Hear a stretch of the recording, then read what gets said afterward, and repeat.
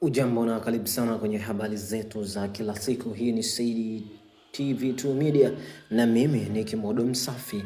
Matumaini ya kurejesha amani na usalama yaendelea kurejea siku baada ya siku katika eneo la Fizi mkoani Kivu Kusini.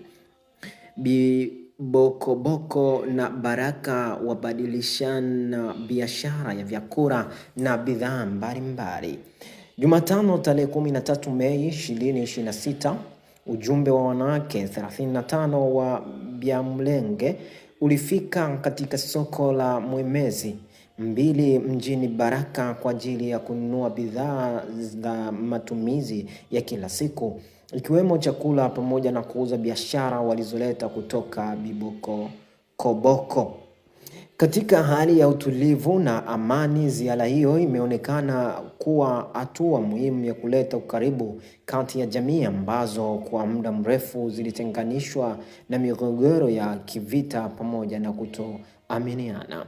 Biashara zilizokuwa zimezorota kutokana na ukosefu wa usalama na migogoro ya kijamii sasa zinaanza kurejea taratibu, jambo linalorejesha matumaini kwa wakazi wa eneo hilo.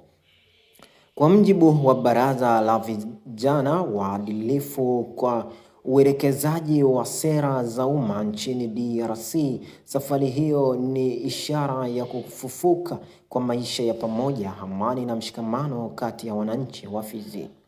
Kurejea kwa biashara kati ya Baraka, Koboko na maeneo mengine ya juu ya Mtambara kunaonesha nia pamoja ya kurejesha uaminifu na kufufua uchumi wa ndani. Hatua hiyo imekuja baada ya ujumbe wa uhamasishaji uliofanyika Koboko ukiongozwa na Jackie Kongoro, mshauri wa mkuu wa nchi anayeshughulikia masuala ya kijamii na kitambulisho, akisinikizwa na William Amuri ya Kutumba. Viongozi hao waliwataka wananchi wa jamii mbalimbali kuzingatia umoja, amani na kuishi pamoja kwa mshikamano ili kuimarisha usalama na maendeleo katika eneo hilo.